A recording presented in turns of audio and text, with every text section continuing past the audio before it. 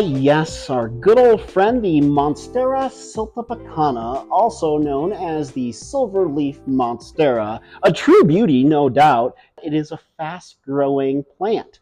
So fast that if I were to untangle this, like I said, it would be over 12 feet long, its vines.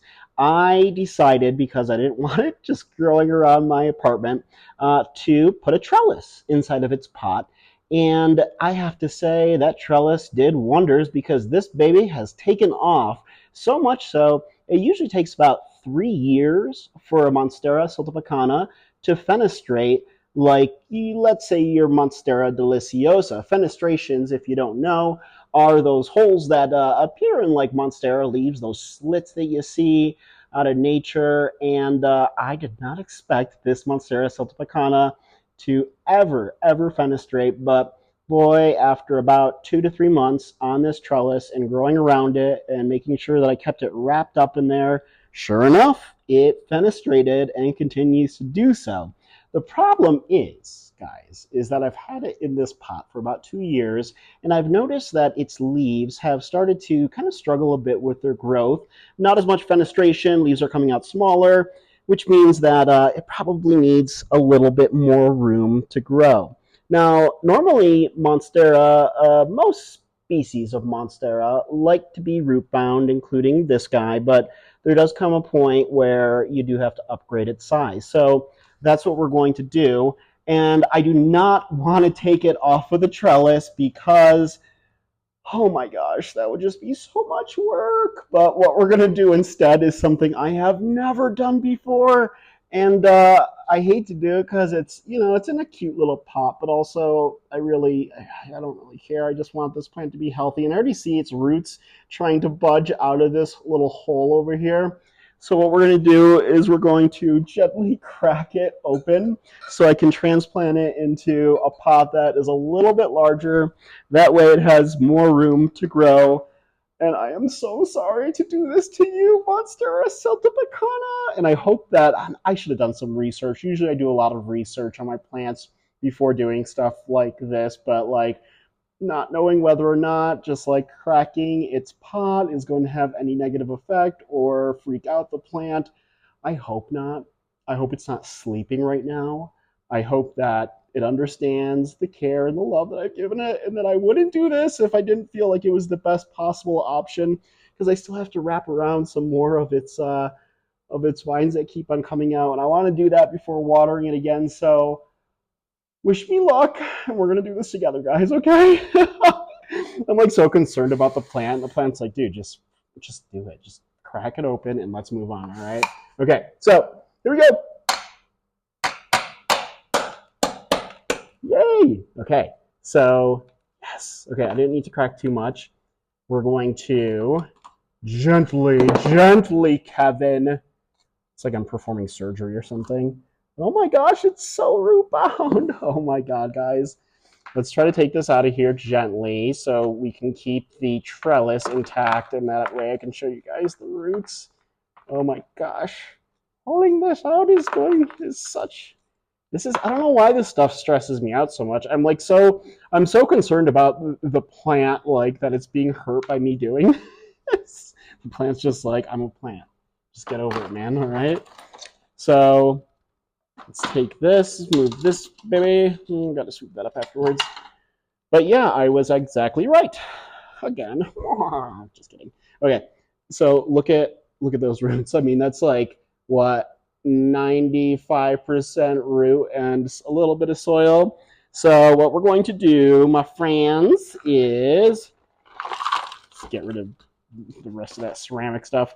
I'm going to try to, gently loosen up these roots around here because we don't want to disrupt the roots as much. We just want to be able to allow them to have some space to really start growing and crawling around more, and see that it does have space to continue. That's a really thick root right there, because these little thinner roots are probably what's causing its its stunted growth, I should say, is the correct word there. And I don't want to tear apart this soil too much because it is good chunky aeroid soil mix. And granted, you know, it's been in there for 2 years. I'm going to apply some new soil, but we can still keep that soil along with it.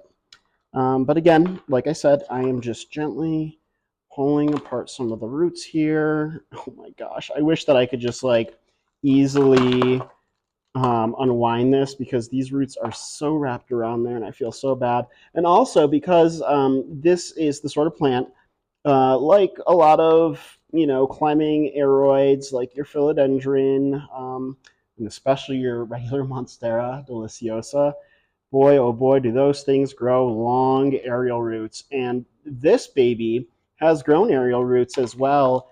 And the ones that had grown closer to the bottom of the pot, I actually had placed more soil on top of them. So you could see, like, that's an aerial root right there.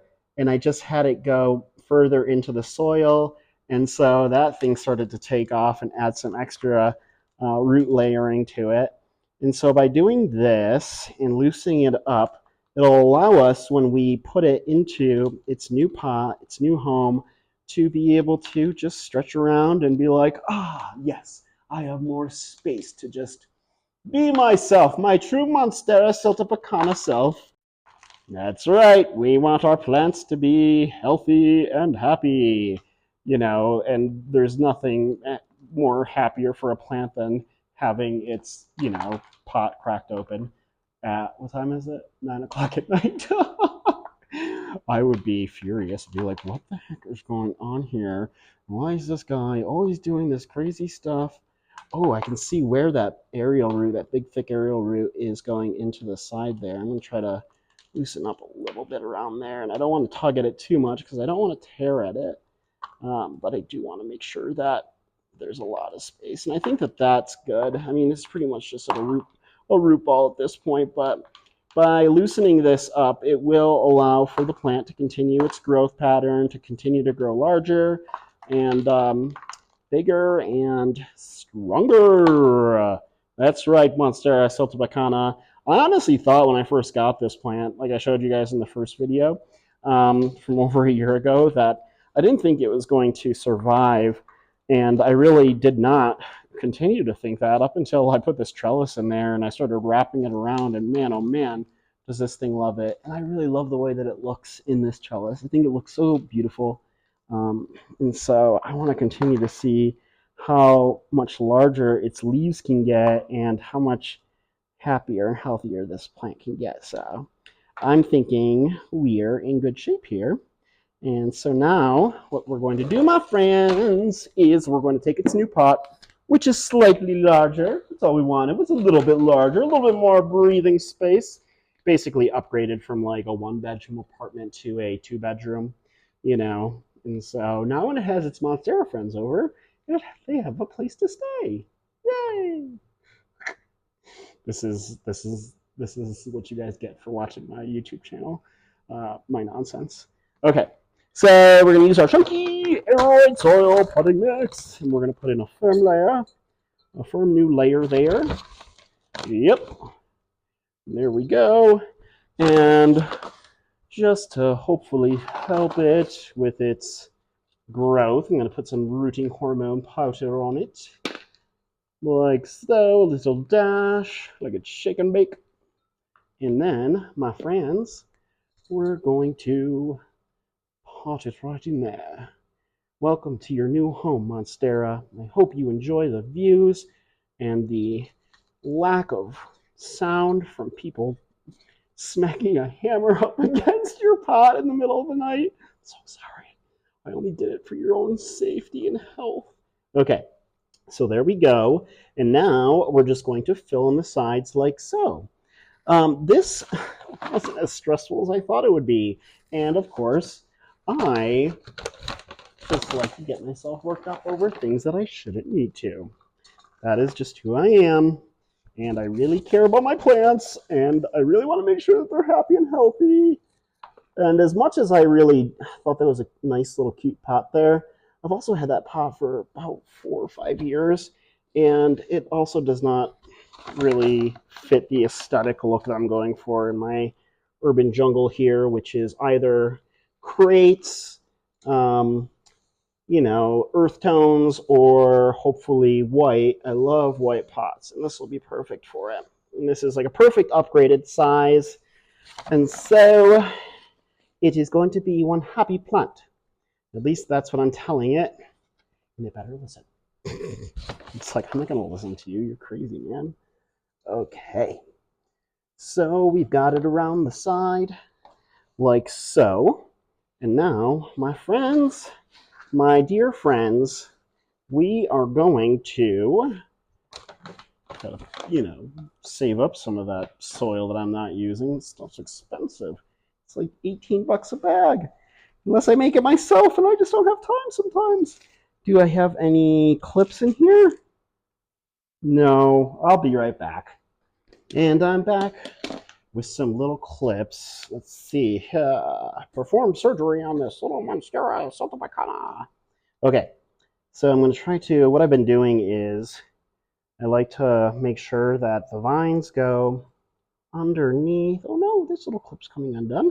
Let me put that twisty tie back on there, just so it doesn't come undone. By the way, these trellises, oh my gosh, lovely and really great for a lot of these vining plants if you don't have enough room for them. I've been using them on a couple others, and they have worked wonders, my friends. And I think I got like this as a 3-pack of them off of Amazon for like 10 bucks. So you really can't go wrong with that price. Let's see here. I'm going to use these little orchid clips, and we're going to clip it on like so. Perfect, perfect, perfect, guys. I think we are making progress, which is something that rarely happens in my videos. Okay, so we got one more here, hither, and we're going to clip it to, whoop, watch out, Monstera. There we go. Beautiful. Okay, I just want to make sure that this trellis is standing straight up, and I need a little bit more of, let me use this stuff, this little twisty tie stuff that came with a climbing moss pole. We're going to use that to tie this baby into here, like so. And maybe around that clip so it doesn't show it as much. Cool. And then I'm going to do a little loop around one of the other vines. I was really concerned because, yes, this plant, it does have aerial roots that come out. And I was very concerned that what happens if the aerial roots like attach to the other vines and they start choking it and it can't breathe and this and that, but that never happened. That was just Kevin being Kevin and working himself up over plant stuff that he does not need to get worked up over. But that is the story of my life, guys. And thank you for listening to my TED Talk. Okay, we've got it. And I have to say, this is a very lovely Monstera species if you are getting into Monstera or want to explore them more. And now it's not expensive to get a hold of. I think when I got that cutting of it, it was probably like 45 bucks, but now you can get a nice size cutting for super cheap, much larger than that one that I had. And yeah, just like your other Monstera, this likes bright and direct light. It does not like to be watered a lot. Your Monstera typically like to have their drying out period in between. And so I maybe water this, and granted, we're in the colder months now, so I watered even less, but probably once every 2 weeks is when I water it, and I'll start to notice that the leaves are getting a little shrivelly, and that's when I'll give it a good watering, just like I do with my Monstera deliciosa, which is right to the side of me over there.